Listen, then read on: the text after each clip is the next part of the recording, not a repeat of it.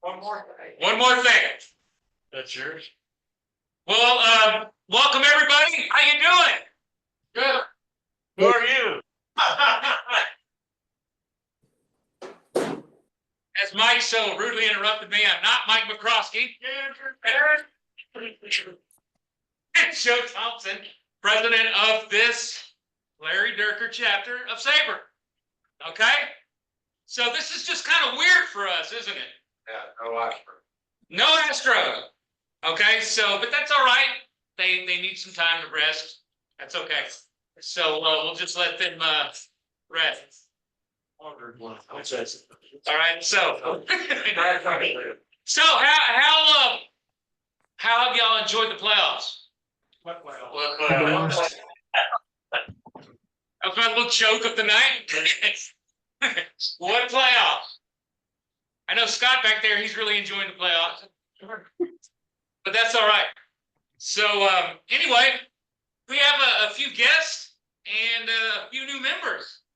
First of all, I'd like to recognize someone who hasn't been to a meeting in a while, but he's dressed up for the occasion. Bob Kopus. Hey, Bob. The manager, owner of the Barker Red Sox or whatever. Yep. All right, stay tuned. Bob is going to speak to us a little bit tonight after our presentation, because we have an event, a vintage baseball event coming up next month that I would like to invite everybody to, but I'll let Bob and Mike talk a little bit more about it. Okay? So we have 3 new members since the last meeting. Robert, I'm going to destroy your last name. Jogger. Robert Doggett. Yes, sir. He came all the way from Corpus Christi just to be at this meeting tonight. Good job. Actually, you were just in town. Actually, you were just in town, right, Robert? Yeah. I grew up here in Frenchburg and worked here, so right back and forth. It's all good. Okay. All right. Well, welcome. Christopher Edwards from Port Neches. Did I say that right? Neches? Neches. Okay. And Gilbert Benevenio. Well, I just read that one. Gilbert from Santa Fe. All right. So we have 3 new members. So we're growing. You know, we're not decreasing in numbers. We seem to be growing, but that's good. Last month, we had an interesting meeting. Jimmy Price, owner and founder of Astros Future, was here to talk about what's going on the farm. Very interesting conversations, considering he talked to us last month with what's going on now that the season's over with for the Astros. We were talking about it before we even started today. What do we do about Alex Bretton? What do we do about Kyle Tucker? What do we do about Fromberg? Do we re-sign all of them? Are we going to open the checkbook? We have interesting opinions from at least one person in the room about who we should actually re-sign or not. Should we bring back Kikuchi? I don't know. What do y'all think? Should we just open up the checkbook and just re-sign all of them? What? Our money. I know what we'd like as fans, but okay. I think we saved 35 million because Verlander didn't reach his minimum innings. Yeah. We saved 35 million. Okay. So that's 1 year. How much of that? 35 million. I don't know how much the Mets were paying, but I think That's a contract. That's new. I believe we have 1 more year with Tucker. I think he's eligible for arbitration, but I think he's with us next year. Anyway. But you better sign him quickly because his price is escalating. Should we re-sign him quickly, Bob? Do you think? Sure. Okay. We got to have 2 All-Stars. We have to have 2 All-Stars. I think the playoff teams to prove that pretty much. You have to have 2 stars to get out there and make something happen. And that's Bregman and Tucker, in my opinion. got Altuve and you've got Big Boy and you've got Tucker and you've got Valerie. And sometimes we have a closer. We don't have a closer. Well, I tell you what, not to put anybody on the spot, but Tal, There you go. Tal and Dirt should we sign Tucker and Bregman? Don't get Challenger. Cal and Dirk, should we re-sign Tucker and Bregman? Go ahead, Cal. Cal can't hear you. Okay. You're on mute, Cal. On purpose, he's on mute. Where did you put my dinner? Frankie, where did you put my dinner? Okay, go ahead, Cal. I'm not sure you heard me. I said that would be ideal to re-sign them, but I don't think it's realistic. Then who would you go for? Yeah.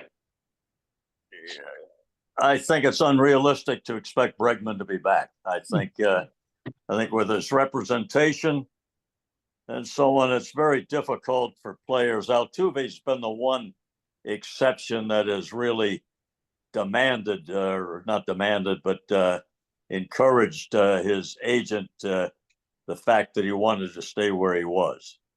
And I think the escalation of salaries in the game, a lot of that is a result of Scott Boras and his style and what he does, and he gets that by taking players out on the open market and seeking competitive bids. And I think there's a market for Bregman.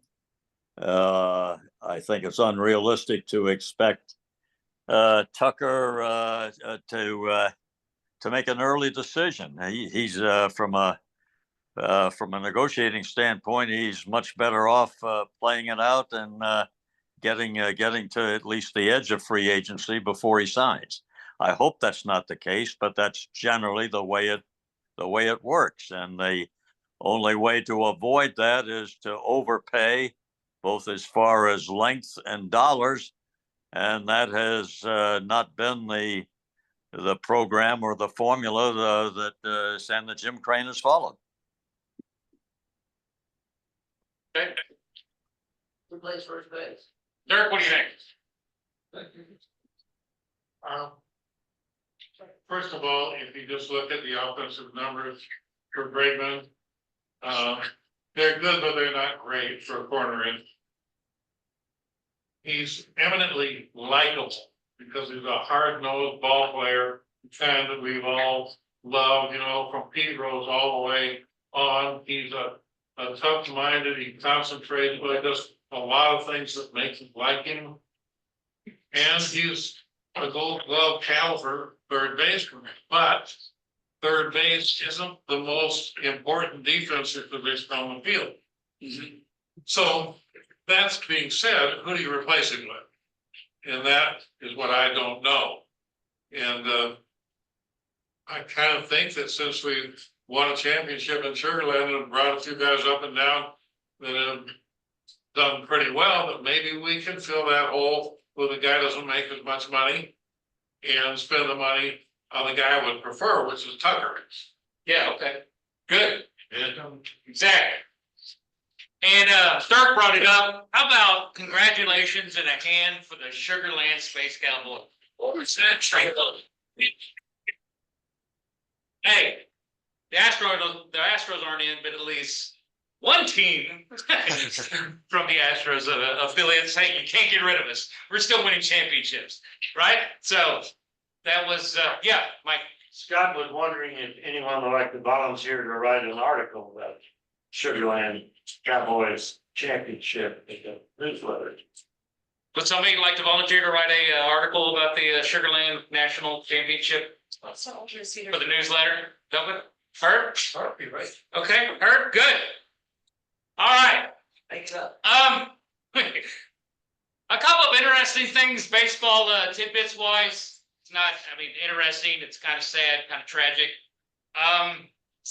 I've talked to a couple of people already about maybe a future presentation or a future newsletter article about a couple of people that we lost this last month. We don't usually talk about baseball tragedies, but we did lose the hit king, Pete Rose, and we also lost Luis Tiant. So, two notable baseball tragedies in 1 month. maybe we can have a presentation or a newsletter article about, what do you think? Another the 75 World Series. What's that? He goes face line and 35 versus the class World Series. Right, sounds like a good newsletter article right there. Tion versus Rose in the 1975 World Series. Got it, Tony. Thank you, Tony. Thank you, Tony. Good idea. Thank you. What? All right, so. One other thing, I'm not sure, this was on social media, so this is out there. So I don't know if this is true or not. I don't know if anybody can talk about this or not. But a couple of days ago, Michael Schwab, who is a pretty good Astros online reporter or something, and a couple of other people were talking about there's a possible name change for the park. And the company they were talking about was Daikin, a Japanese air conditioning manufacturing company, the world's largest air conditioning manufacturing company. So I don't know if anybody heard of this or can talk about this, or we're not allowed to say it, or this YouTube is going to be blocked because I mentioned Daikin. But somebody actually had a picture with Daikin's name right on the Minute Maid Park. So They said I don't know. it's gonna go from the juice box to the ice box. Juice box to the eye. So what do y'all think about that? I mean, Minute Maid still has 7 years left on their contract, and I talked to the lawyers over there on that side of the room. And Property rights. what's that? They had intellectual property rights. They have intellectual property rights. So I don't know. What do you think of that? Just a money grab? I don't know. Gotta be a money grab. That's all it is. All about could be. I don't know about Daikin Park. The officials still be jobs now too. They won't resign, Come on, man. I couldn't believe it when they came out and said that after his performance with the Astros, they are projecting that he is gonna land $100 million contract. And I said, you're out of his freaking mind. But the Astros don't pay that. Nope. Unfortunately. But anyway. Okay. I don't know. I just thought that was interesting. I see this online and I try to double check before I just throw it out here, or if it's not a Wikipedia source or anything like that. So An article today that the Astros might go after Max Krell. yeah, I heard that. So that would be interesting. Yep. But we have what, 10 pitchers already? But Yeah, but 7 of them are on the retire. A couple of a couple other quick chapter notes. The Astros win contest we have every year. Bert, you want to announce the winner of the Astros win contest? The person is not here who won. Too bad for him. The winner that was Maxwell Kates. Astros had 88 wins. One of the issues was they did not play the last game. So a couple of us had 89, including me. Just kind of disappointed about that. I would have lost the tiebreaker anyway. So Maxwell won Maxwell's the their only one that protest? did, 88. Okay. Some of the interesting things on the tiebreakers was one of them was Jose Altuve on his hits. He had 185. The average hit that we had was 162. So he had a much better season than most of us thought he would. Then Kyle Tucker is the home runs. Nobody predicted he'd have 23 or less. So, but he was out for half our season. So that kind of spoiled the tiebreaker influence. Okay. So Maxwell, wherever you are, congratulations. I'll send you your gift. Maybe you'll get it eventually. Closest to Canada for them to give. Something. Yeah, Tony. usually had more than 100 strikeouts. I was never expecting that, and I broke out a lot. Maybe he was less double dose because yeah, that's it. I want double dose. Let's see. Well, He had more than 100 strikeouts this year, Altuve? more than 100 strikeout. That is rather unusual. Yeah, but he keeps going to the outside pitch. Yeah. It was just an off year, I think, for the offense. I really think so. I don't know. One other contest, we had a fantasy league here in the chapter. Ken Lilley of the Lilyville Sluggers, he emailed me and said he can't be here, but he has won 2 years in a row. Oh, The chapter fantasy league.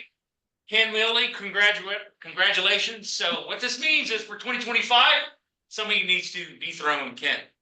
Okay, in the chapter fantasy baseball league. All right, just sort of keep that in mind. So congratulations to Ken and Maxwell for the chapter contest. The Astros win in the fantasy baseball. Joe, who finished last? Huh? Who finished last? Who did? Who finished? I probably did. Yep. Me and Brownie. I think me and Brownie finished last. Didn't I? Brownie and I. That's fine. That's okay. Oh. Was it White Sox level last place or? Probably, I think so. I think it was White Sox level. I mean, we just got bum rushed by all you pros. You know, kind of, yeah, y'all were doing the Yankees Dodgers things, taking all the good talent for yourself. Anyway, so, all right. Upcoming chapter newsletter. First week in November still. Yeah, around Halloween, we get a little article. Should be pretty good. Okay? Are you printing the two, mine, Oh, what yours? I don't know about Sue. I'm going to sell it. So yeah, if you have an idea, maybe a Tion Rose story about the 75 World Series or something, thank you again, Tony, for that. So the Whites, were they actually worse? Were the White Sox worse than the 62 Mets? They were. Statistics, yes. Yeah, they didn't have any colorful players. The Mets at least had a potential new Hall of Famers, eventual Hall of Famers playing on their team. 62. Duke Snyder, I think, Gil Hodges. Yeah. Yeah, pretty good lineup, but they, of course, they were all. But there's no Mets highlight reel of drop pop. Smart drums are here. Right, thanks. But they were not the Cleveland Spider. Right? They were not the Cleveland Spider. You know, I want to bring up something that anybody wanted to discuss it. Go ahead, Mike. It's been bothering me, and Larry mentioned Brankman's offensive stats. What was it, 3 years ago, they had all those shortstops signed, ungodly amounts, the Dansby sponsored with the Cubs, then Bogarts with San Diego. The only one that, and Correa kept signing and losing his contract because he wanted the big thing.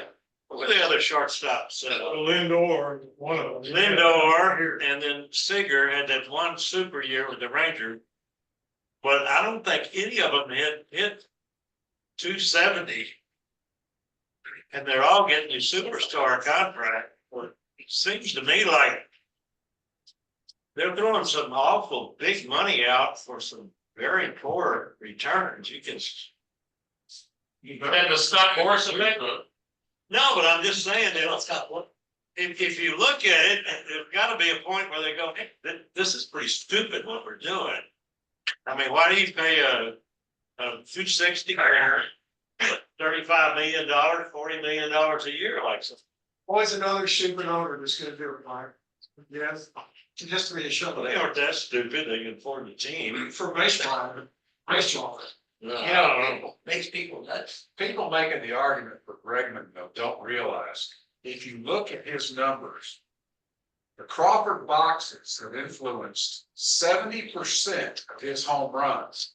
In major league ballparks, only 3 would those have been home runs. Used to be in one of the spots. So if Bregman signs these places, it's got a deep left field, and he's gonna hit a whole lot of flyouts. So Kirk Leffery. yeah, for Mike Cuellar. Yeah. So, but Yeah, so Bregman's numbers are not, he's well suited to this ballpark. But if he was to sign with Boston, I don't see him hitting it out of Fenway. He might hit a whole lot of balls off of that balls. He'll have a whole bunch of doubles, but he's not gonna get them out. Oh, that's true. Sure. I don't know. Interesting, Mike. I don't know. Okay, Joe, this is Bob. go ahead, Bob. Hey, I had a thought, going back to talking about Pete Rose passing a few weeks ago. Anyone think the people in baseball might say, well, he's gone, he won't get any personal glory from being inducted in the Hall of Fame. Maybe we'll induct him posthumously. Hope I pronounced that right. I mean, he's the all-time hit leader. And the plaque could say, he was banned from baseball for 35 years because he gambled, but put it on the plaque, put him in the Hall of Fame. I mean, Well, I don't know. This guy, remember Ike and Tina Turner? And if you ever saw the movie about their life, and Ike was a wife beater of first degree, he's in the Rock and Roll Hall of Fame. Not that that's a great analogy, but The criteria.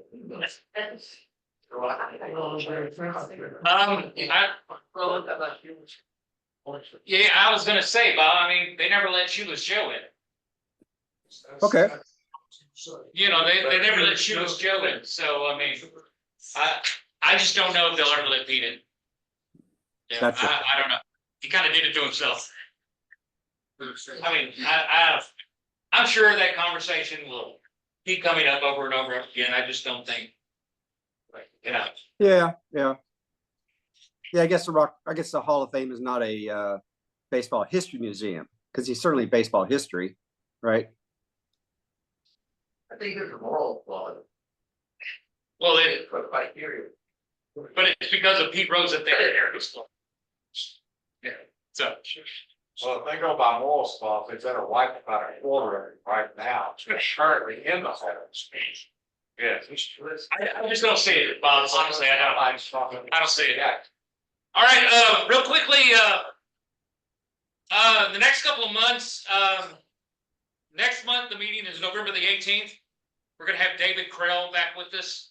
He's gonna talk about baseball in America in 1966.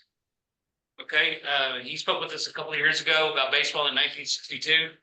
He published a book last year about baseball in 1966. So David Krell's going to talk to us then.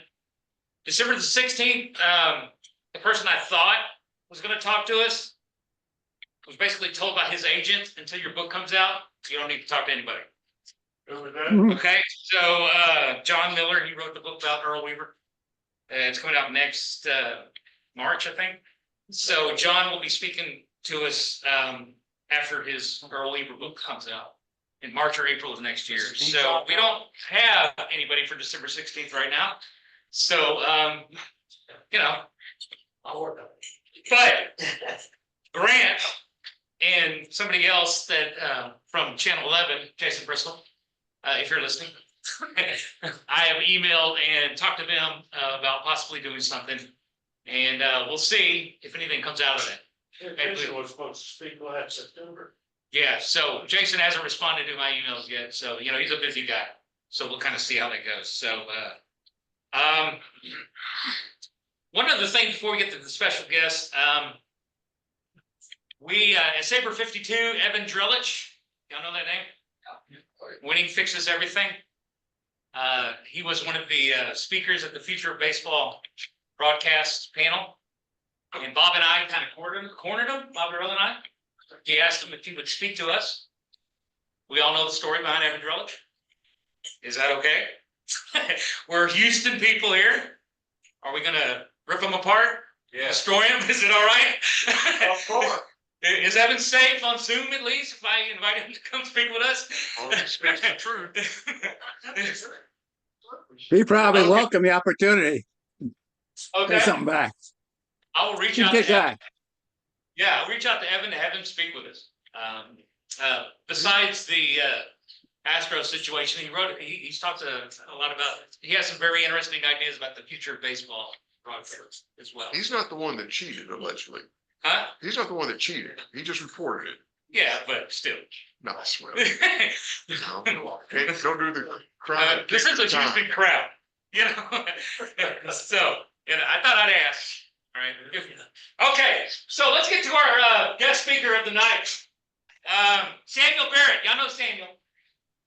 You've seen his face on Zoom. How many months now? A year now? Since January. Yeah, he just came to one of our meetings one day and he's been with us ever since. A lot of stuff I learned about Samuel. I had no idea you were an umpire. You just look like, Samuel, I swear, the first time I saw you, you looked 16. I've been told that on the field before. A coach has told me that before. What's that, Samuel? A coach has told me that before on the field. Said you look 16. I was like, wow, who's this teenager that sort of, Zoom bombed our meeting? But apparently Samuel's been, he has a history with umpiring. And he's actually writing a book about the Astros in the early 70s. But tonight he's going to talk about umpiring. So Samuel's from, he currently lives in Phoenix City, Alabama. Right, that's where he's coming from tonight. Across the Chattahoochee River from Columbus, Georgia, where the Astros had their AA affiliate during the 70s and 80s. He's watched the Astros since 2015. So you can say, as he wrote, he started right, perfect time. Started watching the Astros in 2015. His father's side of his family originates from South Texas, and that's the Astros connection. He played high school ball during his senior year, and you still play in an alternative baseball organization. So maybe you can talk about that a little bit too. An authentic baseball organization for teens and adults on the autism spectrum and other special needs. Began his umpiring career in 2021, and he attended the Wendelstedt Umpire School twice. He called summer ball in 2022 and 2023, and still calls high school ball in Alabama. And his book, Umpire Diary, is about his day-to-day accounts of the beginnings of his umpire career in 2021. Ladies and gentlemen, Samuel Barrett. All right? I appreciate you. First of all, I appreciate y'all having me here. I've been looking forward to this. First, I'll show you the book. This is what it looks like. And there's a couple ways you can get it. One is through Amazon, but there's also another way, kind of a preferred way. The easiest way to find it is if you go, just do a simple Google search of Umpire Diary PayHip. PAYHIP. Just search that, and it should be the first result that comes up. And it's like a site where you can buy the book. The paperback and ebook are on there. The hardback is not. The hardback is only available on Amazon. I've been trying to get the hardback on the PayHip. I just haven't done it yet. So it's on there. Ebook is $9.99. Paperback $15.99. Hardcover $19.99. But of course, you want to know what the book is about before you spend your hard-earned money on it. So the easiest way for me to go about telling this story is to start from the beginning. So this is around the beginning of November of 2020. I was working at a Publix grocery store. I was doing fine there. I was balancing some schoolwork and working there and watching baseball when I could. My life was pretty good. I was pretty happy. I had turned 20 2 weeks before because my birthday is in early November. So, I was great. And I had been wanting, because I'm somewhat of a collector of types too. I have all sorts of investments in baseball. I had been looking for an official MLB umpire cap, a hat. And specifically, I had found out, interestingly enough, that umpires still have the option of getting leather sweatbands inside of the hat, instead of the cotton that most people have. And so that intrigued me because I'd never seen it before. And so I kind of tracked one down, talking to some people, trying to see where I could find one. And I found two people who I could buy one from. And I did. One was a cap collector in San Jose. And then the other, surprisingly enough, was Joe West himself. So I got ones from both of them. The one I got from the San Jose collector, I don't know if y'all can see it, that 95 right there. This is a game-used Tim Timmons cap right here. So that's that one. And then This is the one I got from Joe West. But as you can see, it's like this harder material. It's leather. It's not cotton like most hats are. And so I got them, and I was intrigued by that. But then, for whatever reason, my mind decided to think, well, if I was to start, I can get as many of these as I want. So I said, okay, I'll do it. So I started looking into how I could start an umpire career and looking into how it works. And so I figured, well, first I got to learn everything. I got to go in prepared. So the best way to do that, and I still recommend this to people to this day, is to go to umpire school, to pro umpire school. So I looked into it, and the Harry Wendelstedt Umpire School, which is in Ormond Beach, Florida, and it runs every year, is the one that I looked into. And it runs the whole month of January. And I looked into it, and I liked the idea. Talked with some friends and some family, and they all felt like it was a good idea. They felt like it fit my personality well. And so, you know, a month and a half before, well, actually a month before it was time to go down there, I enrolled, and I paid the money. And so in that time between the time that I enrolled in late November and the time that I left on New Year's Day, I knew that a lot of people back home were going to be interested in what I was doing, because not many people do this. So rather than just having to text or call everybody in the evenings every night, I just figured, well, I'm gonna just start me an online blog, a WordPress blog. I started for free and just update it every day. Just put a post on there every day. And my basis, I wanted to base it off of Jim Bouton's ball four. I wanted to cover everything that went on. And so that was my basis for doing it. And I put that in my introductory post, that's what I was trying to do, and went over how I'd come about to this decision, and, you know, that I was looking forward to it. And so the day came, New Year's Day, I get down there. It's a 6-hour drive. I drive down there, and I check into the hotel. They had us up at a beachside Best Western in Ormond Beach. It's not a Best Western anymore. I don't know what it is now, but it was a Best Western at the time.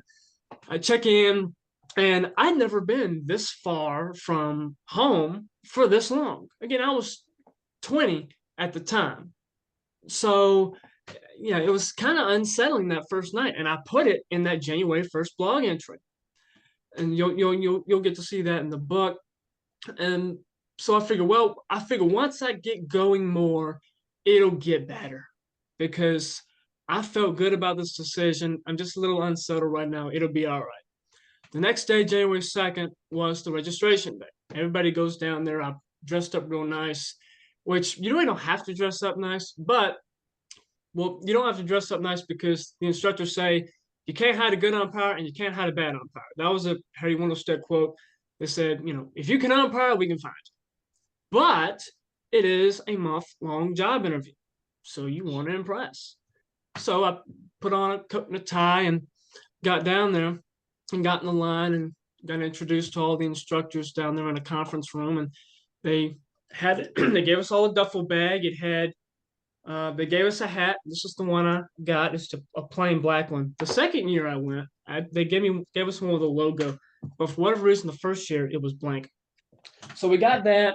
We got a uniform shirt, a collared shirt with the 2 white stripes on the collar and the sleeve. And then we got 4 t-shirts, and it's this right here. It's got the logo on it, and on the back, it's got the Umpire School website. It's just umpireschool.com.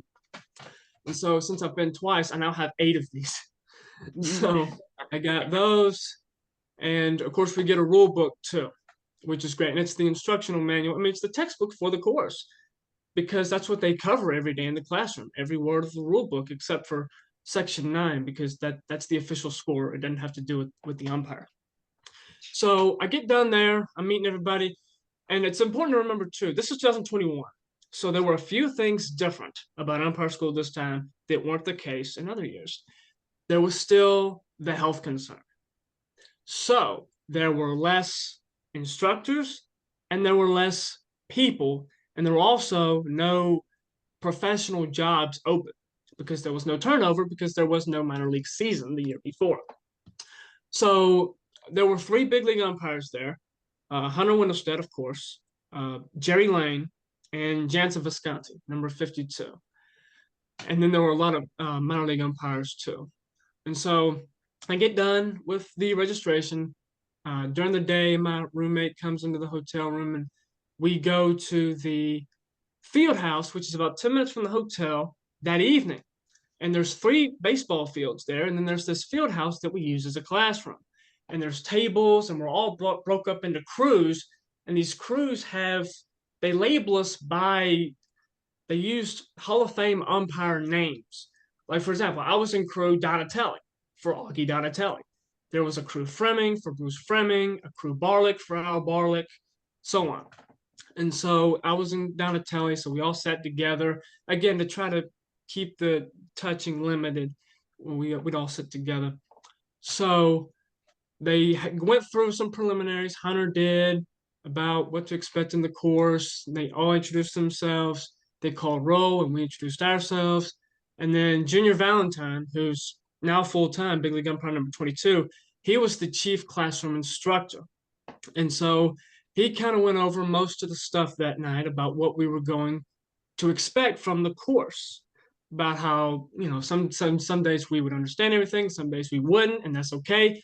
The great thing about it, I think, is, well, one of the many great things is they go about it as if you don't have any umpire experience, which is great for me because I didn't. I was starting from scratch, other than, prior baseball knowledge. So it's really good. I still recommend, if someone's going to start umpiring, go to umpire school. It's the first thing I'll tell them. And so it turned out the next day, registration day was a Saturday. So the next day was a Sunday. Well, we don't work on Sundays. Reason being is because Hunter, one year, some years back, said, we're a little behind. We need to come in on Sunday. They went in on Sunday, but then every day for the rest of the course, except for 2 days, it rained. So Hunter said, okay, God, I've heard you. We won't work on Sunday anymore.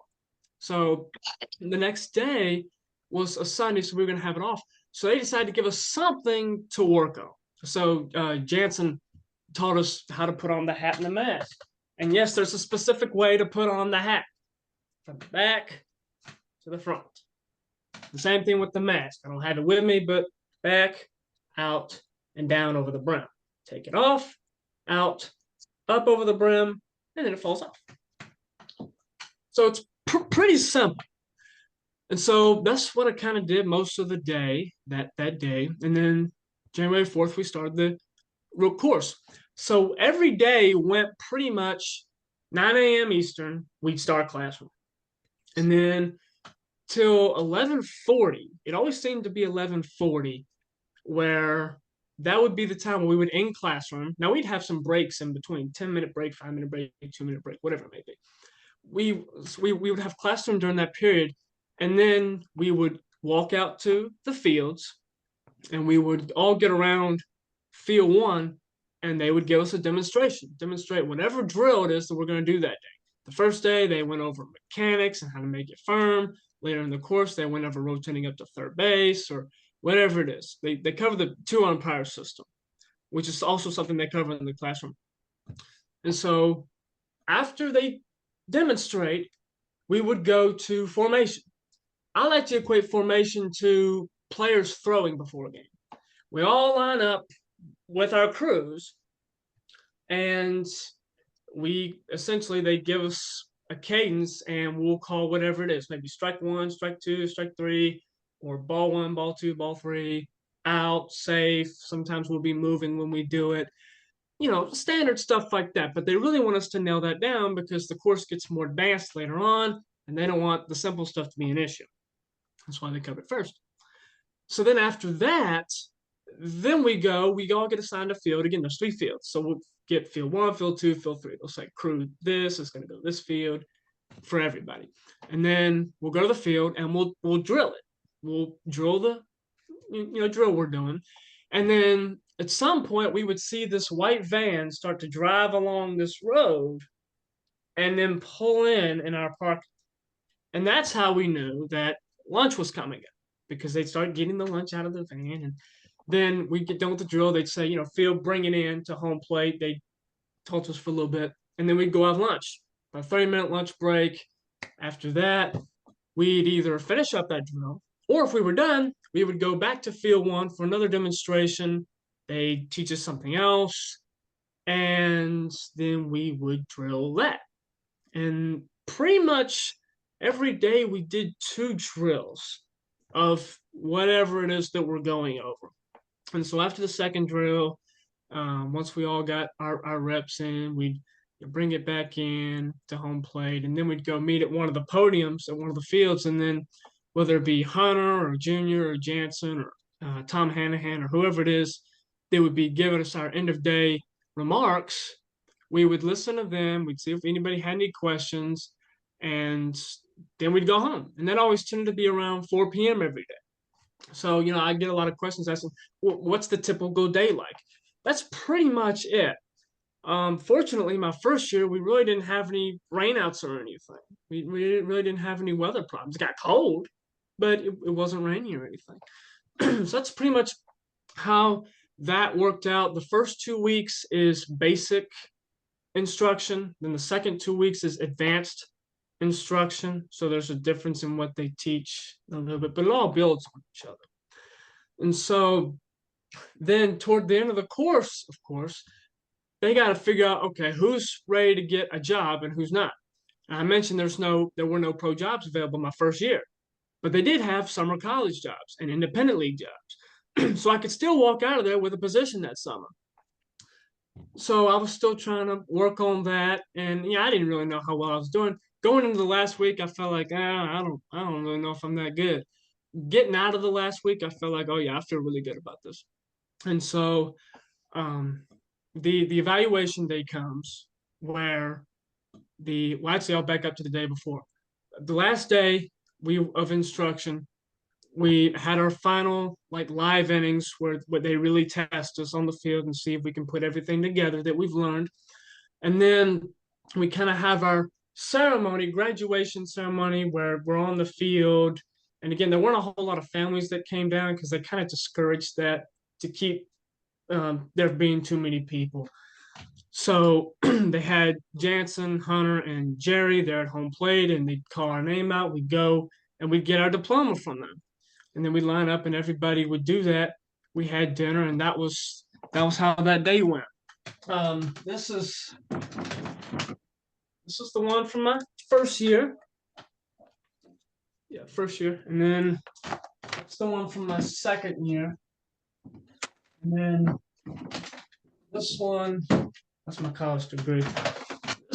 There's a story behind this one. So back in the first week of the course, January 6th, I think, that Wednesday, we were going over hit by pitch. And so I had a question. I raised my hand, and Junior called on me. And the way it works when we ask a question, we stand up, we say our name, then we ask the question. So that's what I did, stand up, Samuel Barrett. And I said, sometimes what I would do back in high school when I would play stickball outside with some guys, is I would, if I could see the pitch coming in kind of close to my knee, I would stride, but kind of disguise my knee going into it to get hit. So if we feel like a hitter's doing that on purpose, even if it's hard to decipher, is there a certain way we should go about that or anything? The Junior kind of interrupts me and says, oh, so you're a cheater. I was like, no, it's just a strategic. He said, no, cheater. And it became a running joke. And he eventually answered the question, said, yes, if you feel like he's doing it intentionally, call time, put him back in the box, award a ball or strike as needed. He said, would you like to apologize to the game of baseball for cheating? And what am I going to say? No. So, yeah, well, I apologize if I potentially, Junior said, no, say, I'm sorry to the game of baseball for cheating. And so that's what I said. Everybody started clapping. And then I sat down and didn't say another word the rest of the day. Then, about every day for the next week, there would always be some reference to it Junior would make. It seemed to really lighten up the course for a lot of people because this was the beginning of the course. We were all trying to find our way. And I heard that really lightened the mood of everybody. And that kind of helped spark that. And so there would be days, because obviously the umpire's job, one of the umpire's many jobs, is to keep the game fair, keep people from cheating. And so whenever Junior would reference that, sometimes he'd look at me and say, we're not going to let a player cheat or we're not going to let a player do this because that would be cheating. There was even one time he wasn't even talking about cheating or anything. He just got done talking, looked at me and just said, cheater, and then turned around. And so it became a running joke over the course of the course. And then the climax of it was top tens. And this also happened on the second to last day of the course, the day before evaluations. What top tens is, it's our chance to get back at the instructors. The instructors, all in good fun, but they make fun of us. They get on to us all month. Now we get a chance to get back at them. And so Junior was talking about this about halfway through the course. And he even looked at me while he was saying it and said, I've given you a lot of you know what. I kind of nodded my head, said, yes, you have. And so we get there on January 30th, second to last day, and we did the top tens that morning. But the instructors went first. They had their top tens. And so really, they call it top tens because you're supposed to do top 10, whatever. I didn't do that, nor did anybody really care. I don't think most people did, but the instructors did. So they said, top 10 students that make us shake our heads. And they had 10 students.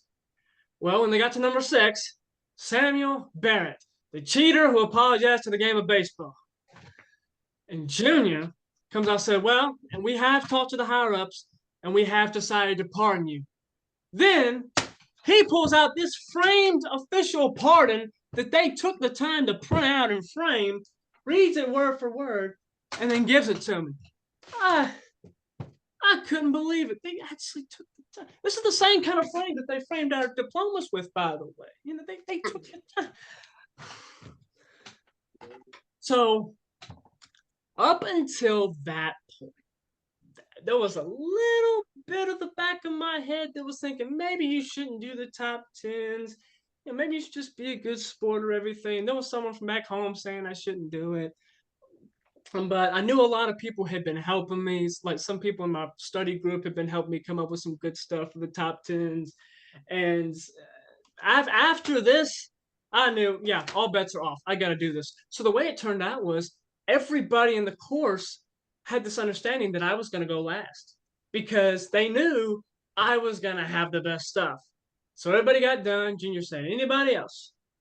No one said anything. He said, you ready, Sam? I said, yes, sir. So I went up there, and I'm not going to say the top 10s on here because there is some crude humor in it because that's what they do. So I matched it. It's not really my style, but I certainly got their attention.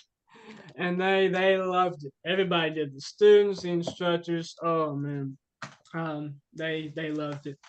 And so that was on the second to last day of the course. And so the last day was evaluations. The morning of January 31st, the night before, they sent us this spreadsheet about we can fill in our name wherever we can find a spot, and that would be the order that we would go in for the evaluation. I was able to get spot number 11. Right. Because I had a 6-hour drive back home the next day. And so I got in there, and how fitting was it that I got sat at the table with Junior and Tom Fornarola. He's a AA guy last time I checked, AA umpire. And Junior said, all right, you got to, out of a score, there's, as we take tests throughout the course, because they give us written tests, there's 250 total points, 250 total questions. I got 219 out of 250. He said, that's not bad, but could be better, so stay in the rule. I said, okay, great. So then it's after that that they give the news that everybody's anxious to hear. Are you going to get selected for a pro job or not? I had no idea what to think. Again, at one point I was thinking, no, I don't really think I'm going to cut it. At one point I thought, oh yeah, I really got this. But it turned out, he said, we're going to recommend you for a job over the summer. Are you still interested? I said, yes, I am. He said, congratulations. Look out for a contact from this guy. And got anything else for us? I said, no. So if you need anything, feel free to reach out to us. Congratulations and congrats on the pardon. So I got home, and it was actually interesting. My family, we were actually going to Universal Orlando Resort for a vacation 2 days afterward. And I found that out because during a break, while we were there, while I was in umpire school, I'd gotten this email about a confirmation to a trip there. And so I sent a message to my mother, said, "Hey, was I supposed to get this email?" She said, "No, you weren't." I was like, "Well, at least we have that to look forward to." So, I got home January 31st, February 1st and 2nd. I didn't do anything. February 3rd, I went and I had a good time there. So for the first 5 weeks, I spent in Florida. You know, so that's interesting how that turned out. I actually spent the first 6 of the first 8 weeks of 2022 in Florida too, because I went to pro school, then we went to Disney World, and then I actually I went to a camp in Auburndale, Florida to learn the 3 umpire system the next year, 2022. So my book doesn't cover 2022. This is only 2021. After we got back from Orlando, Universal Orlando, I thought, well, I want to get some experience because I don't want to just wait till May or June. I didn't know when the league was going to start, but until then to just coast on my umpire school experience. So I got on with Alabama High School Athletic Association, and I've been calling with them ever since. This year was my 4th year. Every year except for my first year, I've gone to the state postseason, and I got to the 3rd round this year. I got to the 2nd round my 2nd year and 3rd year. So I take a lot of pride in what I do. I got between the time my high school season ended and late June, I got a contact from somebody saying, we're putting you in the Expedition League, a summer college league. I said, okay, great. And they got teams in the Dakotas, Nebraska, Wyoming, and Idaho. They did have a team in Canada, but because of the virus concerns, they were playing in Grand Forks, North Dakota that year. So I thought, okay. So I kind of looked up some of the teams, and I met my partner over like text message, stuff like that. And there were a few virtual calls beforehand. And so May 24th, I fly out from Atlanta to Boise with a stop in Salt Lake City. And I start my summer college season. And it's like a minor league experience. In the evening, there's a game. It's, starts at 6, 7, 8 o'clock and ends at 9, 10, 11, depending on what time. And you go home and sleep late. And, people who have played pro ball, it's kind of similar. Now, the umpires don't have to show up to the ballpark as early because there's no batting practice or anything they got to take, unless they're going to walk the field early. And most of the time, if we've been to the field before, we didn't.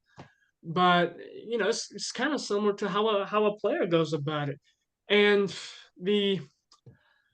some of the stuff you're going to be able to read in the book, and some of the stuff that I could tell you about the league, a lot of it's negative stuff, but I feel comfortable telling you because all that negative stuff is why, if you look up the league now, it has folded. They had awful leadership. Heck, you're going to see my ejection reports word for word in this thing. And I was actually asked, can you do that? I said, the league's folded. Who cares? So this is, I'll show you. This is the league logo, Expedition League. This is my base hat. And this is my plate hat. You can tell because this is 2 inches. This is 4 inches as far as the brim goes. And there's 6 stitches on this brim and 4 on this one because of the mask. And so that was a tough 2.5 months. I will be honest. And I emphasized that in the book because there was, it's not just it was my first time, but even they started me out with another 20-year-old guy. That wasn't really the smartest decision looking back. Now they rectified that a couple weeks into the season. They put me with a guy who's 38 years old, or was at the time, a guy named Tristan. And he was great. He was awesome. He had experience. I would call any game, anytime, anywhere with him still today. And I think he said the same thing about me. So, I got to do a lot of stuff. I got to tour the South Dakota State Capitol. I haven't even been inside the Alabama State Capitol. I should, but I haven't. I got to see Old Faithful erupt. I got to see that. I got to see. We went through Grand Teton National Park. I saw those mountains and all sorts of stuff. Saw the gravesite and the museum of Roger Maris in Fargo, North Dakota. Those were some great stuff. But things like for a double header, they would start it at 7 o'clock. The first game would start at 7 o'clock rather than starting it earlier in the day, or not having day games on getaway days, or the getaway days were the day of the next game. So a series would be 3 games, then there'd be an off day, and then there'd be the start of a next 3-game series. we'd have to travel on the day of that next game. We didn't travel on the off day.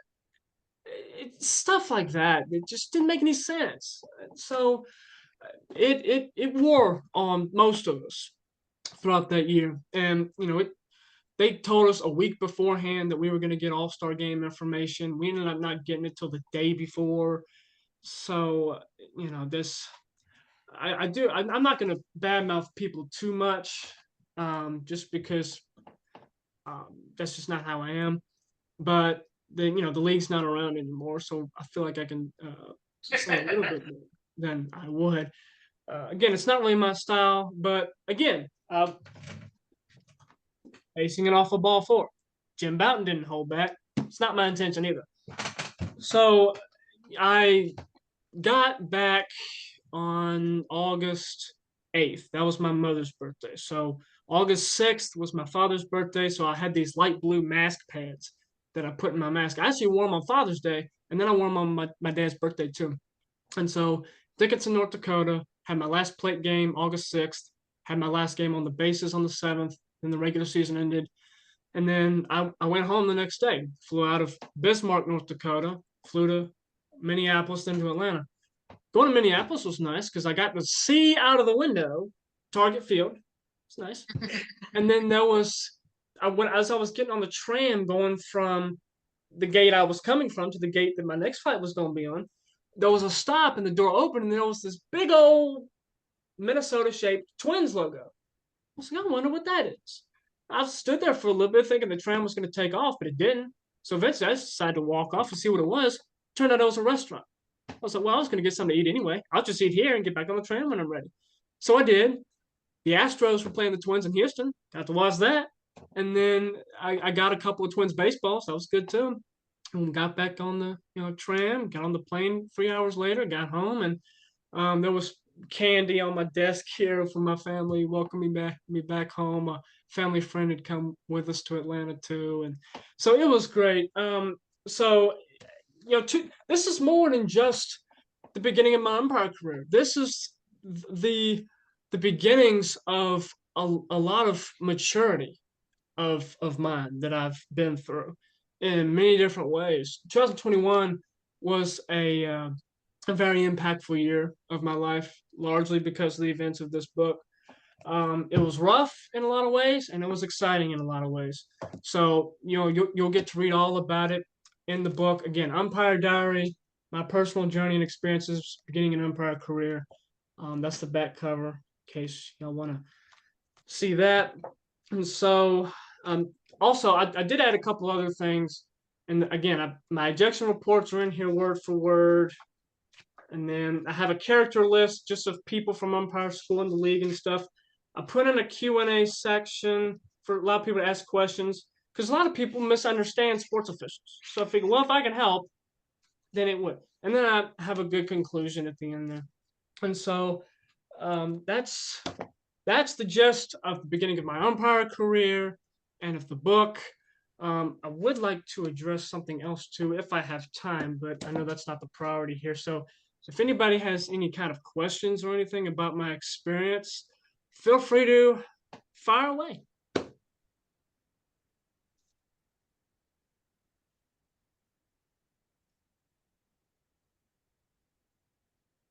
I had a question. So what does that summer umpire gig pay, or what did it pay?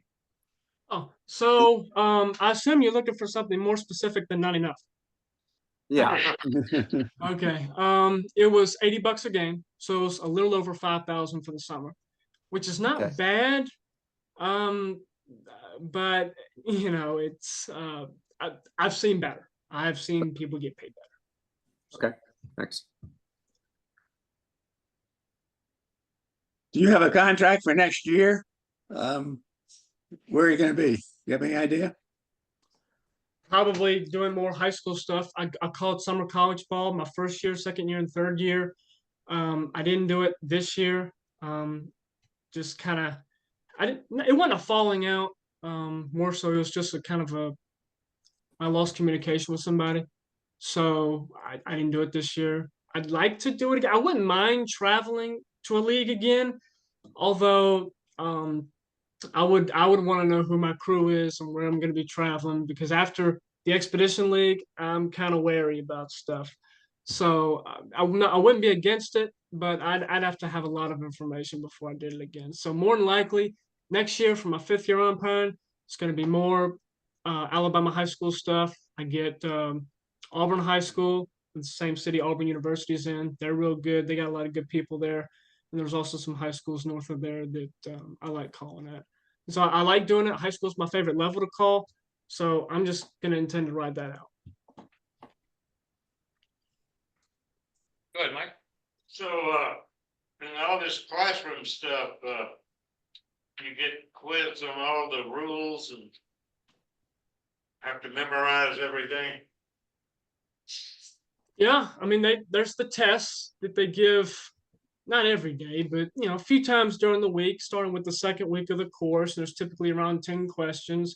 Although when they give us the test on the lineup card, it was just 10 things we had to fill in, or 10 corrections, because they'd give us something. They'd say this person's substituting in for this person, and we'd have to do it right. And I got 10 out of 10 on that quiz both times, my first year and my second year.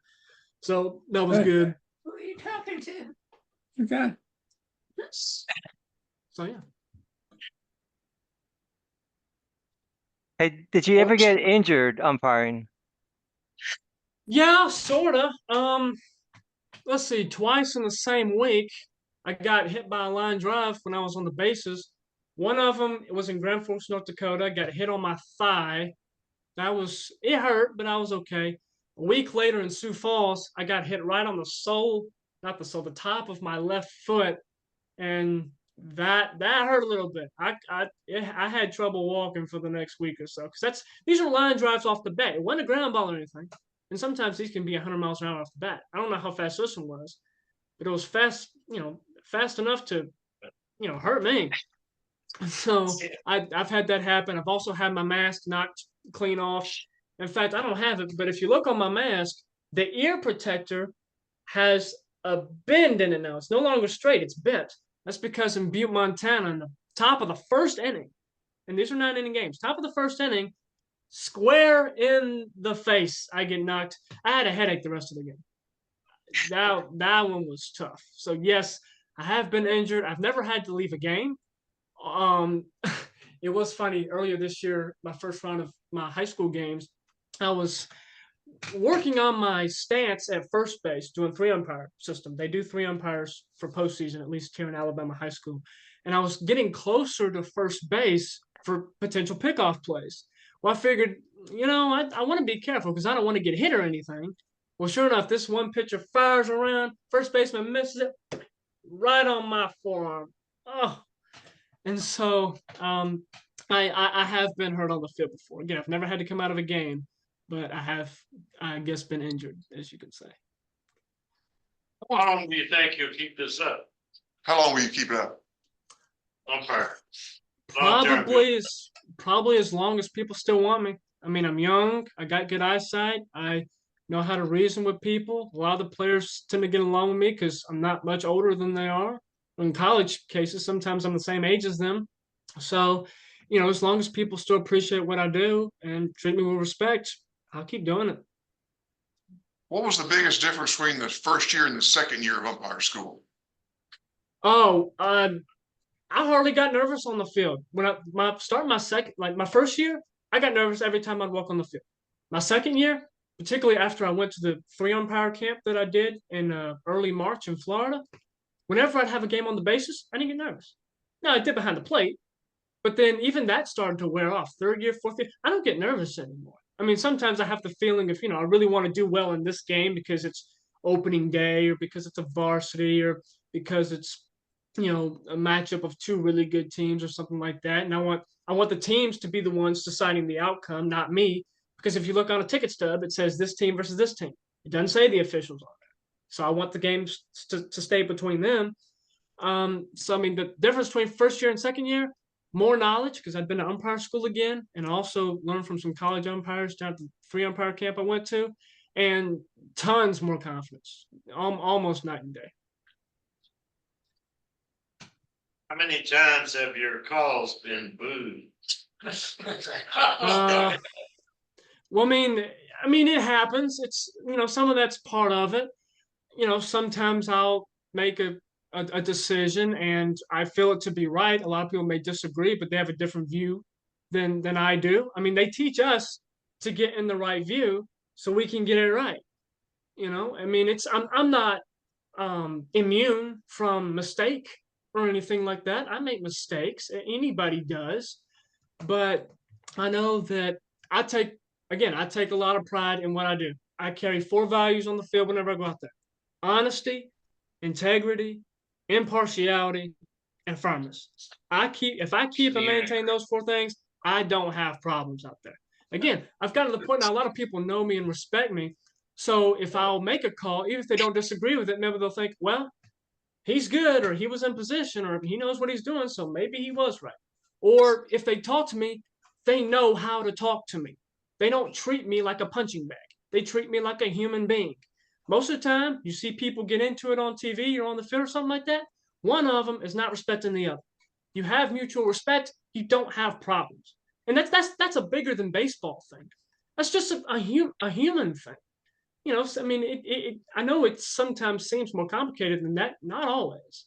So, I mean, as long as I command respect from others and do so by hustling every chance I get and being in position and treating others with respect, most of the time I get the same back.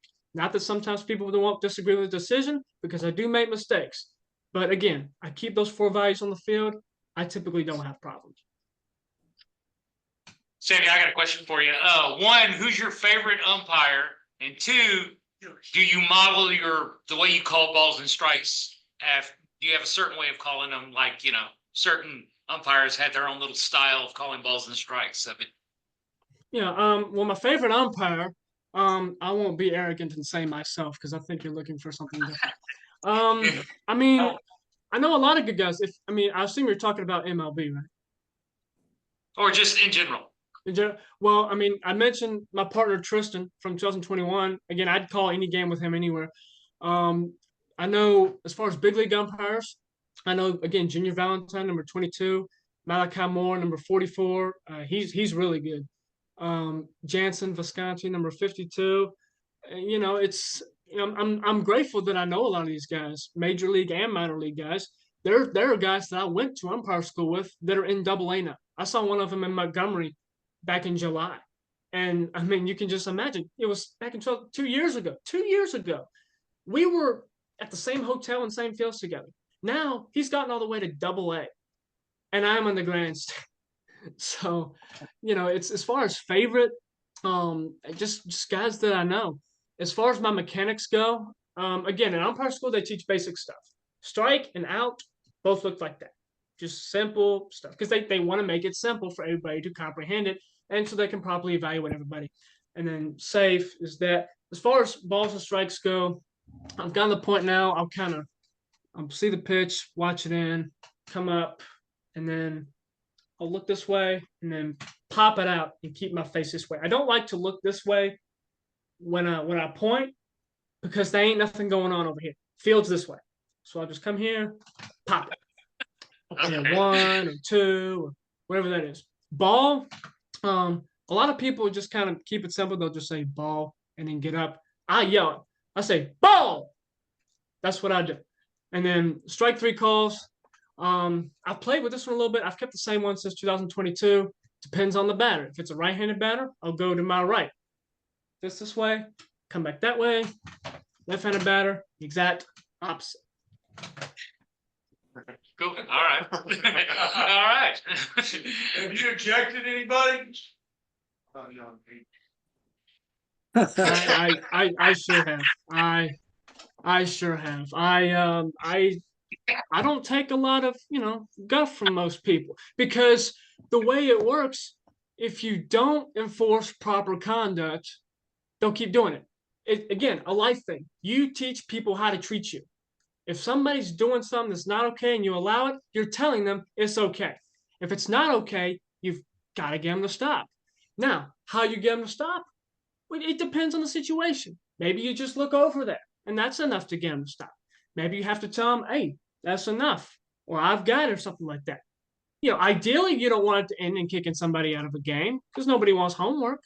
But, it's again, another just human thing, respecting other people. You respect other people, you don't have problems.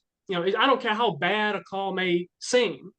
It ain't that bad in the grand scheme of things. It's baseball. I know most people in the sports realm are going to disagree with me, talk about how serious baseball is.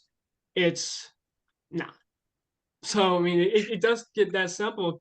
And so that's kind of the mindset I take out there. Just, it's for entertainment. Let's enjoy it. Without me here, y'all can't have this entertainment. And I take, pride in that. I don't think arrogantly about that. I think of it as I have the opportunity to provide a service to these people where if I'm not here, they can't have the fun they're about to have. So I want to be here for them. So if I'm providing a service, shouldn't there be a little respect that comes my way too?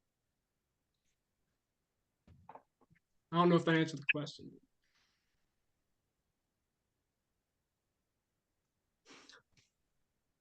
Samuel, well, thanks a lot for everything. You still plan on coming to Houston next year? Yeah, it depends. Let's see. Is it okay if I talk about my project for a little bit? Is that okay? Or? Go ahead. Go ahead. 30 seconds. Okay, so I'm basing my 1971 Astros book off of this one right here, The Forgotten 1970 Chicago Cubs Going Glow by William Bike, where it goes month by month from March to October. There's a little bit of background in the beginning, and then there's a postseason simulation at the end about basically on whatifsports.com. What if the Cubs had been able to win the division? Because they easily could have, if you look at the math and the Pythagorean win-loss record, which takes the amount of runs a team scored and allowed, spits out a winning percentage that you can translate into a win-loss record. The Cubs' Pythagorean win-loss record in 1970 was better than their actual win-loss record. The Reds in 1970, their Pythagorean win-loss record was worse than their actual record. So then he plugs both teams into the computer simulation and runs that. And then if they go to the World Series, he can do that too. So that's what I've been doing with mine about the 1971 Astros. There's a few different reasons why I picked 1971, but I know we're short on time. So if anybody wants to help me out with that, y'all can get my email address from somebody there. I do want to thank Mr. McCroskey and Mr. Smith and Mr. Durker. And I'm not sure if Mike Vance is there, Mr. Vance, but if he's here too, I thank y'all for y'all's help. And I look forward to talking with y'all more in the future because this has been a fun project to do. And, I wish I had a little more time to get involved with it, talk to y'all about it, but I know y'all have got multiple people coming up. So again, if anybody wants to help me out, I'll just about listen to anybody who's got information that I may not have. So that's what I'm working on, and I appreciate it. Joe, I have a question. Go ahead, Gloria. Samuel, I'm curious about how many women or young girls were in your umpire training, because I know now there's women umpiring in the minors and maybe one in the majors. I'm not sure. We'll see. To my knowledge, no one's reached the big leagues yet. I think they've gotten as far as AAA. My first year, there were not any females there, just because there were only 56 of us. But in the second year, there was close to 200, and there were 2 females in there as well. So, I mean, there are females in there. I've not umpired a game with a female umpire before, but I've been in camps where there's been a female umpire, JUCO camp, and there weren't any at the 3 umpire camp I went to. But, they are out there. And so there were only 2 the second time that I went. The time period I talk about in the book, there weren't any. But, it'll be interesting to see, how quickly one of them manages to get to the show. All right. Thanks. Thank you again. Thank you, Lord. Thank you. All right. Moving on. Bob Kopus, Mike McCroskey. We have an event next month. All of you should get out, and if you're not playing, at least come and watch. And they're going to talk about it next month. Way out in Richmond, right? Yes. All right. Bob Durrell, Bob Kopus, Mike McCroskey. Here we go. Hello, Bob. this way. Hey, Bob. Hey, right here. Nobody. Final recruiting pitch, right here. Final recruiting pitch. So I guess, November 16th, yep, November out at the 16th. George Ranch in Richmond. We've played out there every year for the last 10 or 15 years, except the last year.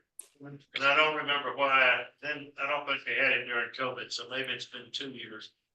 But I talked to the gal out there and it's pretty much up to us when we start. Told them we played 2 games. There's a big parking lot when you go in on the right. We don't go in there, we go into the next driveway, which I don't remember seeing, but supposedly there'll be someone there to let us in for free. And they'll give us a little black wristband to identify us as being eligible for a free lunch. So you don't want to miss that gate. So I told them we'd probably play 2 7-inning games. That's what we normally try to do. We play a 7-inning game, and depending on the runs, the second game may be called after 4 or 5 innings due to players being out of shape. I normally umpire. The blind Tom, as it's called in vintage ball. I've been looking for a top hat to wear. After listening to Samuel, now I gotta find a top hat with a leather band. So that's my new quest. It's very interesting rules for those of you who haven't played. Mainly the ball, if the ball is hit, wherever it first lands, if it's foul, it's foul. If it lands fair, it's fair. So you can have balls that, somebody can swing and hit one of those spinner fouls that goes out in front of the plate. If it hits fair, it can spin back to the catcher. But that's a fair ball. Or you can hit it, just right near the foul line and have it kicked way left. And that's also a fair ball. Doesn't matter where it goes by the bases, just where it first strikes. Then you can you catch it on one bounce, you're out. But we play a lot like slow pitch. Underhand pitching, that is to get a hit. There are no walks. And once the batter is out, there's no force. So you can catch a 1-hop grounder with a man on first, and the batter is out. Normally you'd pitch it to second to try to get the force play, but the force is off as the batter's out. Runner doesn't have to run. So it gets a little confusing if you've played a good bit of baseball to try to get the new rules in your head. Yeah, can't overrun first base. That's right. You get tagged out if you overrun first base. So main thing is no gloves. So somebody hits a fly ball to center field. I usually play center field. I just let it hit the ground and catch it. That's an out. So, and if I make a bad call that the other team objects to, then you appeal to the fans, the cranks, and the fans get to vote. So, however loud that by vocal members. So anyway, it's a lot of fun. The idea is to have fun. We usually wind up getting people out of the stands. Most fun we had was when we recruited the guy from the beer cooler down in left field. Because he was very liberal with the beer, because he got the flag. But so we're gonna try to get there at 9 o'clock on the 16th. yeah. Bob Dorrell, do you want to add anything? I know you have a lot of players that you usually recruit. I don't have a list of anybody yet except Patrick. Well, I think Joe. Patrick you. should have a list of the players who played in the past and those who have uniforms. I do have the bats and balls. They're all specific to vintage baseball, which I planned to bring to the meeting tonight, but I didn't make it. But I could give them to Mike whenever, or whoever wants them. The uniforms are pretty nice. They're very similar to what Bob Copus is wearing, except they're different colors. They're blue and white. we have a lot of fun. And we usually have a pretty good crowd watching us. People come out to say, hey, let's see what's going on. And we enjoy that. And we get a free meal. The minstrel show they've grown too old, they've disbanded. So we don't have our between game entertainment anymore. How many players do you have? That SABR 10. So you have a complete team. Yeah, I had added 2 recently, father, son. Last year we didn't play because we just couldn't get enough players on those teams. Why we didn't play that? I thought we weren't invited last year. I think that's why we didn't play, wasn't it? No, we were invited. Yeah, I was asking Bob, but you can't. Yeah, yes, we were invited, but we didn't have a team. We didn't have No. enough players. Yeah. We only had 5. So that's why I'm wearing the uniforms that I haven't worn it in 2 years. So I just kind of wanted to put it on. And I was recovering from knee surgery, that's right. So And remind the folks that for 3 years we played at Constellation Field before a game. It was, it was a lot of fun to be out there in that professional ballpark. That's right. As far as I know, I'm the oldest man to pitch on a professional field in Houston. I broke the previous record by 1 year and 1 inning. Was that Bob Blair that was out there ahead of me? Yeah. And he still wants to play. a little bit of history though. Reason I got into it was, there was another team called the Katy Combine and the Houston Babies. And the Katy Combine kind of dissipated, fell apart, lost interest, whatever. And a dear friend of mine, and if you knew him, he's a dear friend of yours as well.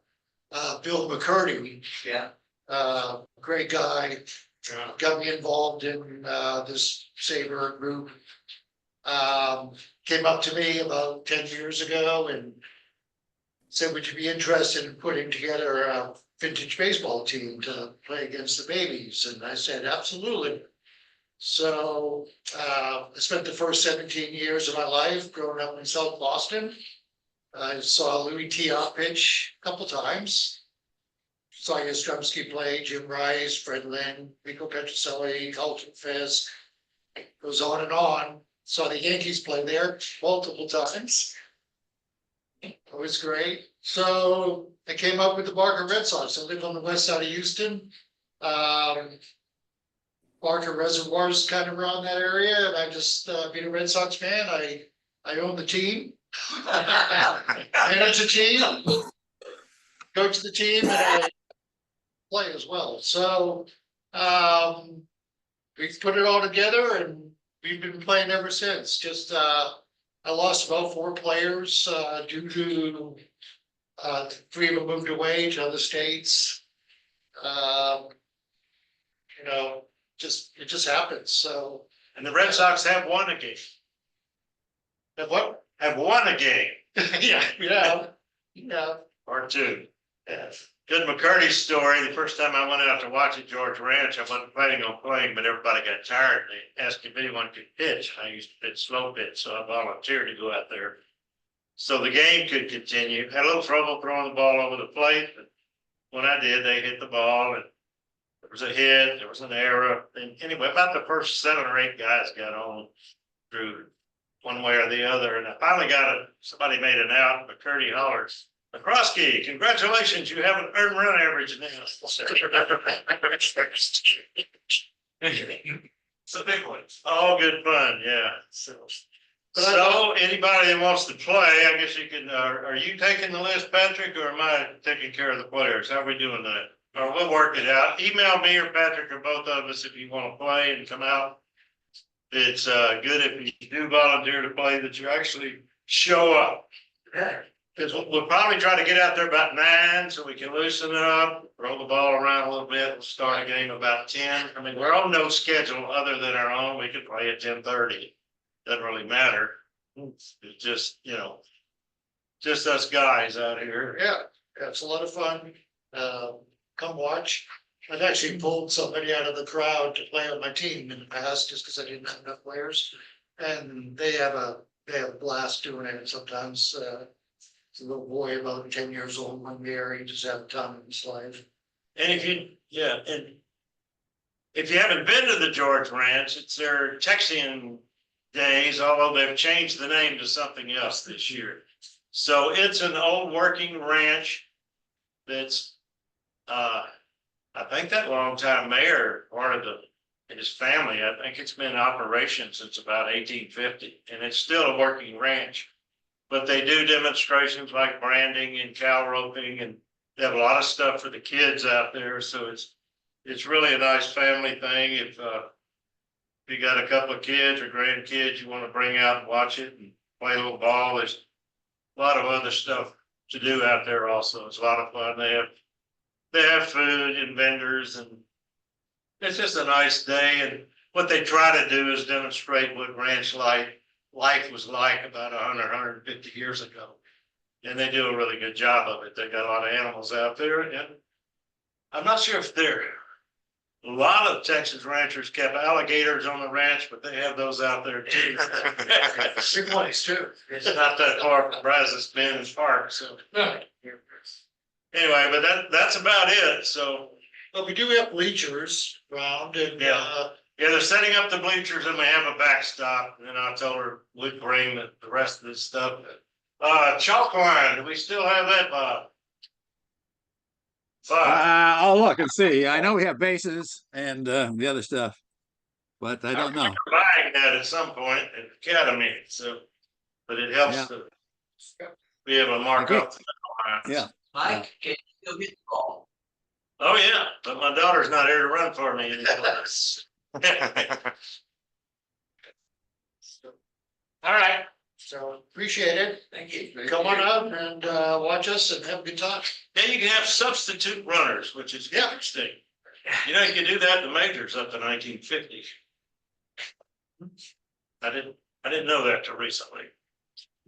Anyway, that's it, but email me if you want to play. We prefer people with 2 hands. Age is at any age too. We've had folks as young as We don't care about 11, that. and we've had people of 70 in the 70s who played for us, male and female. That's right. Yeah, girls can play too. That's I have. Absolutely. Petrosky said guys, but Yeah, guys and gals. I've recruited a couple of Hartford shows. She played college softball, my physical therapist for my knee, and her husband played college baseball. Wow, couple of ringers. Right. I hope to get them out there. Okay, you ready? Sir. We have a book review on Babe Ruth. The big fella. Big fella, yeah. All right? We got to set up real quick. So, Hold on, give me 1 second. Oh, one second. Okay. we're gonna start off here and, if we get it going with the video from everyone's favorite, broadcaster, Bob Costas. But Bob did I filmed this, that was, part of the series of baseball that Ken Burns did, and this is a little intro I thought would be interesting to listen to. We talked about Babe Ruth tonight. Let me, wait a second, let me, I think I've set the sound up, these guys. Make sure I'm sharing.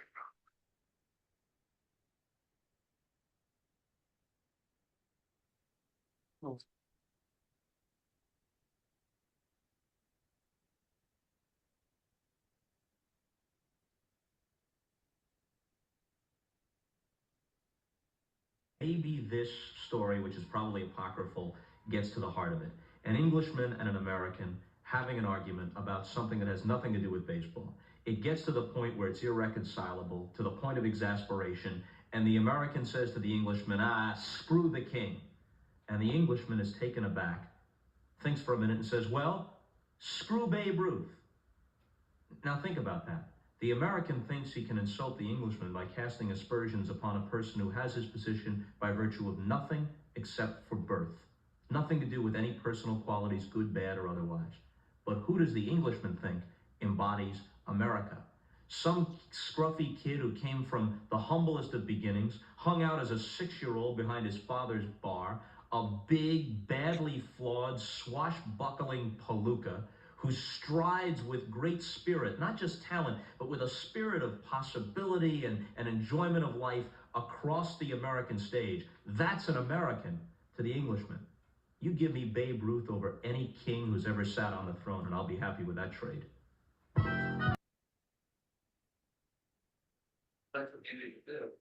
So this is the book. It came out in 2018, Babe Ruth and the World He Created, the Big Fella, by Jane Leavy.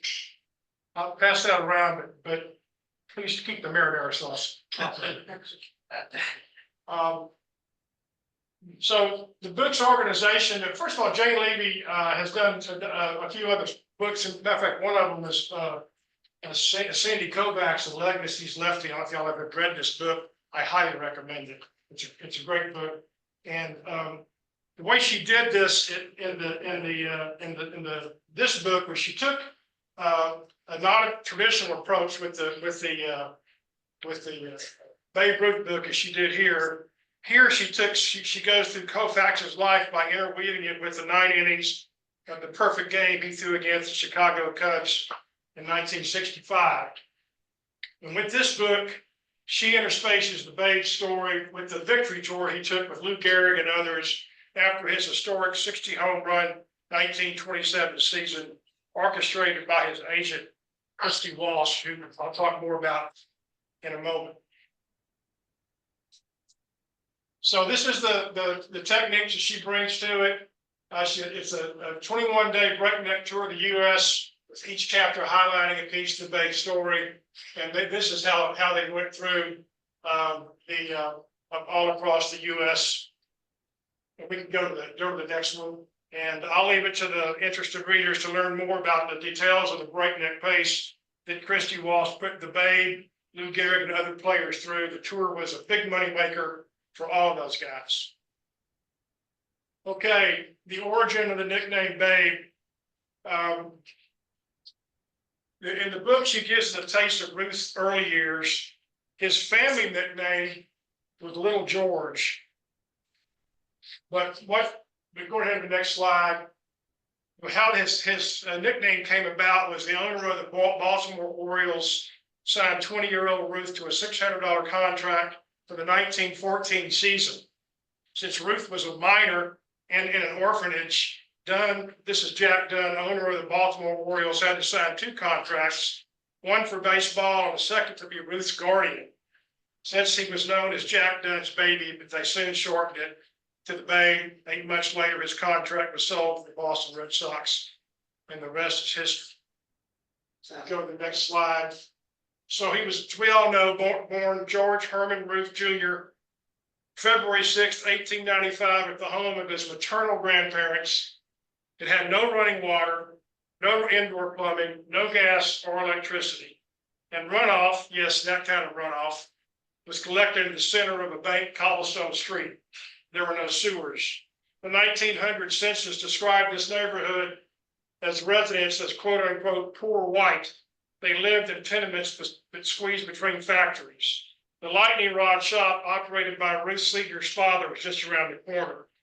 Ruth's father ran a bar, and Ruth began chewing tobacco when he was 7 and drinking whiskey when he was 10. His mother died when he was 15. Next slide. Okay, so this was where he spent most of his youth. So what happened was he was not an orphan, but he was put in this because a bar patron told Ruth's father that there was a Catholic-run institution, the southwestern edge of the city, for white boys deemed for incorrigible or vicious or beyond control of their parents. St. Mary's was a unique quasi-public status, had a unique quasi-public status granted by the state in 1874, when the school was publicly incorporated and local courts were authorized to institutionalize, quote, any destitute boy convicted before such court or magistrate or any offense against the laws of the state, provided the parent or guardian of said boy or boys shall request they be committed. The school also accepted orphans and boarders whose parents paid tuition, and that's what Ruth's parents did. So at 7 years of age, his parents sent him away to live at this school. Babe's father decided to send to St. Mary's because he just couldn't make him mind at home, no matter what he did. Babe had a will of his own, and was never one to take orders. One of the monks at St. Mary's took an instant liking to George and became a positive role model and a father-like figure, helping him refine his baseball skills, working tirelessly with him on hitting, fielding, and pitching skills. He lived off and on at St. Mary's for over 12 years. When he reached 18 years of age, he was discharged and immediately began playing ball wherever he could find a game. Next slide, please. Okay, so a little bit about Christy Walsh. Anybody here heard of Christy Walsh? Few people, not many. I certainly hadn't heard of him. So, in a nutshell, it's likely that Ruth's legendary status and popularity with fans of all ages, nationalities, and races would not have been near what it was without Christy Walsh's influence, mentoring, and management of Babe's financing. Under Walsh's management, Ruth became the first sports star to avail himself of the machinery of fame that roared to life as Babe ascended the national stage. In 1927, Walsh helped the Babe become the first ball player he paid as much for what he did off the field as what he did on it. What began 6 years earlier as an agreement to syndicate ghost-written stories under the Babe's byline had not only become big business, but an entirely new kind of business: management, marketing, and promotion of athletic heroism. Together, they were inventing a new way for athletes to be famous and to profit from that fame. The headline on February 11th, 1927, from the Washington Post said, Babe Ruth now has an industry and has acquired a manager. Walsh controlled every aspect of Ruth's financial life: investments, annuities, insurance policies, endorsements, personal appearances, and taxes. Until Christy Walsh came along, Dan Parker of the New York Mirror said, Babe didn't know how to make use of his byproducts. Cleaned up and packaged right, Ruth also made Walsh a wealthy man. Parker called it the most equitable partnership ever established in athletics.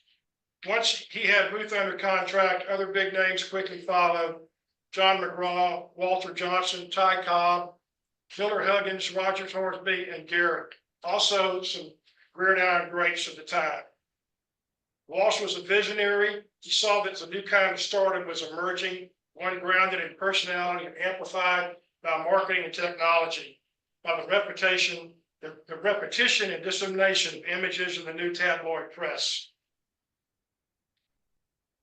Okay, so as you might know, Ruth was a bit of a rebel. He was a rebel when he was a child, and he was a rebel as he grew up.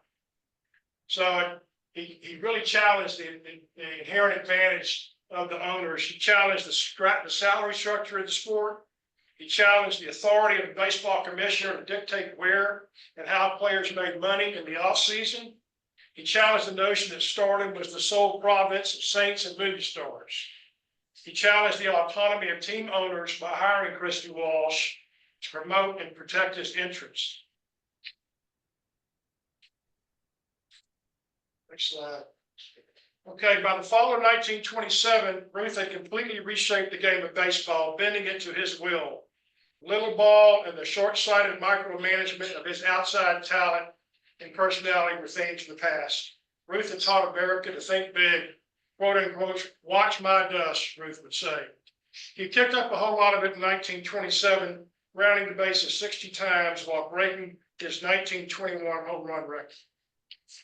So a little bit about 1927, they make she makes some good information about what was going on in that year. This was the introduction of the Harlem Globetrotters. It was their first year. Pardon? Carl Lindbergh. Yeah, we're getting there. And this is the Great Mississippi Flood, caused over almost the equivalent of $7 billion in damages, and it caused a great migration of Southern blacks to northern cities. And it just was mentioned, Charles Lindbergh's flight across the Atlantic. And then something I'd never heard of, shame on me, but there was an earthquake in China. It killed over 200,000 people that year. And then finally, There was the 15 millionth Model T that rolled off Henry Ford's production line that year. Bobby Jones won the first Grand Slam. A lot more happened that year. That's a big year. So in the space of 30 days, from September and October 27, Ruth did hit his 60th home run, led the Yankees to a 4-game sweep of the Pirates, and completed a 21-day victory lap of the American Heartland with Lou Gehrig in tow. It was said to be the best month of his life. Next slide. Also, something I didn't know about Ruth was that he campaigned on behalf of U.S. war bonds. In May 41, his bank sold off some of his treasury bonds to finance the purchase of over $17,000 then of U.S. savings bonds, now worth about $300,000. And in January of 42, he sold some securities and financed the purchase of another $11,000 in war bonds. So some things I learned about Babe, a lot in this book, obviously, and there's been a lot of Babe Ruth books written over the years. This is one of the most recent ones that I found interesting. He wasn't an orphan, although portrayed as one of the media at the time. Still, you'll hear people talk about it because he came out, he was in the orphanage. Christy Walk was truly, really a true a friend and hero in his life, ensuring he had comfortable financial resources for life. That's an understatement. He really put him in good shapes at the end of his life when he wasn't doing so good. He had plenty of money to take care of his life.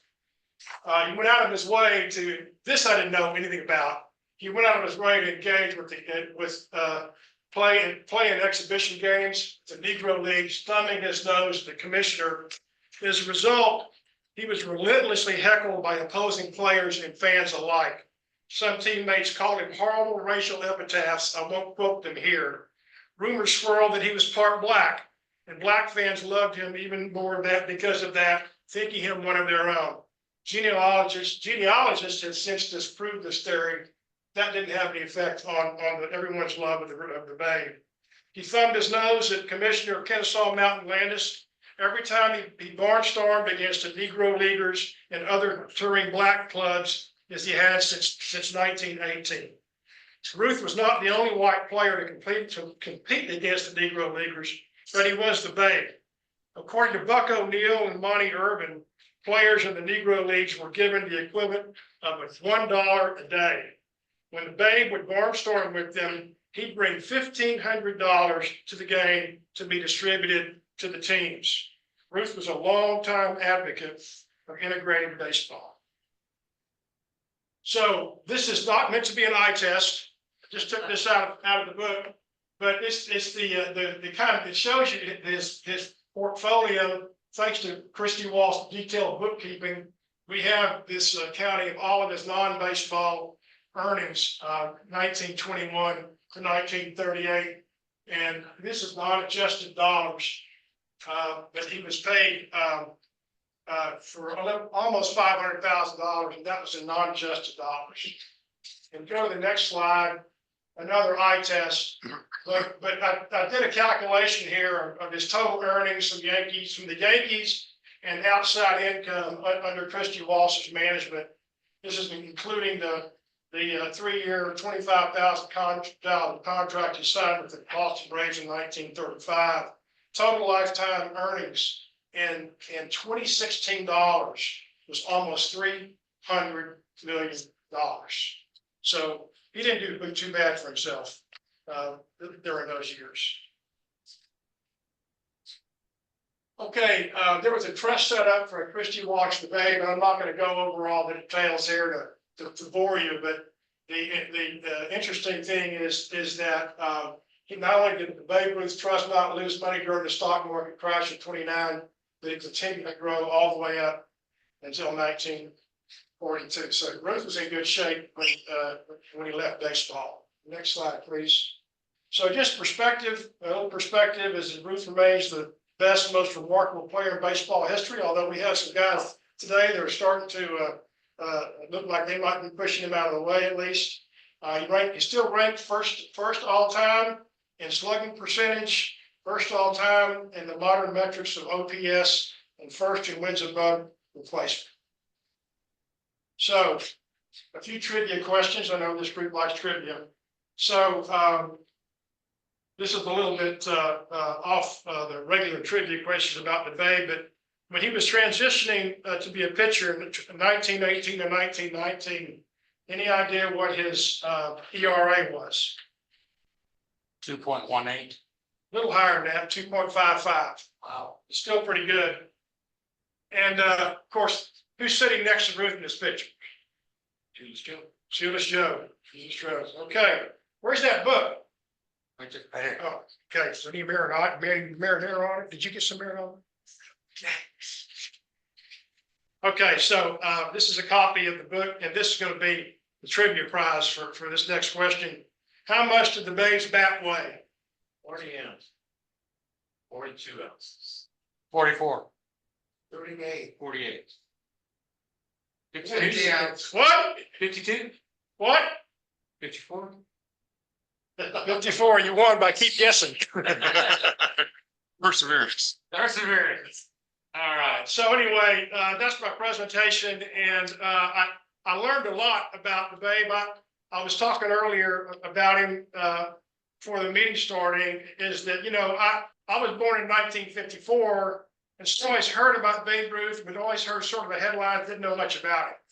And, reading this book really was a really good education for me. I'm sure there's other great books about Babe Ruth out there. I do highly recommend that, because you really get to understand, what he went through, and he didn't just fall out of the crib and was a great baseball player. He had to work really hard at it. He was an incredible pitcher. I mean, he was a top-notch pitcher when they moved into full-time. It'd have been full-time offense, but it would have been fun to see if they could make him he was remain a two-way pitcher, like show how the time was done. It's 99 win. Yeah. Anyway, thank you, everybody. Thank you. Might get it. Question real fair. I just wonder if they mentioned that priest that he had when he was in the, What? he had a priest when he was in the boys. Yeah, I talked about him. Yeah, Father. he did. Yeah, his name's in the book. I don't. Yeah, he was a big. He was a big help. Father. Big help. Well, he first went to home run. Was it, is he with the Red Sox? No, Sure. no, but he, the priest was 6'6", and he modeled his swing after the priest hit him 5 balls. This is usually the part of the meeting where we have a trivia contest, but considering it is 10 till 9. It's a great meeting tonight. Yeah. Kobe's not here, so we'll let Kobe just kind of run his own trivia next month. We have his papers. We're set and ready. You can show up or not show up. Yeah, it's ready to go. So next month we'll have David Krell talking about baseball in 1966. Good luck to all of you who still care about the playoffs.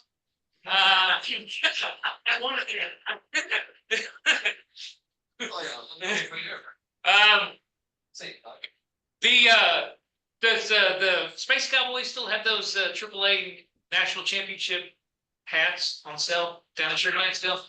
I think they still are, so I might get one of those. Anyway, y'all have a great month. We'll see you November the 16th, November the 18th, whatever that Monday is. All right, thank you all. Bye-bye. Huge bye. I want your pen back. All right, thank you. Bye-bye.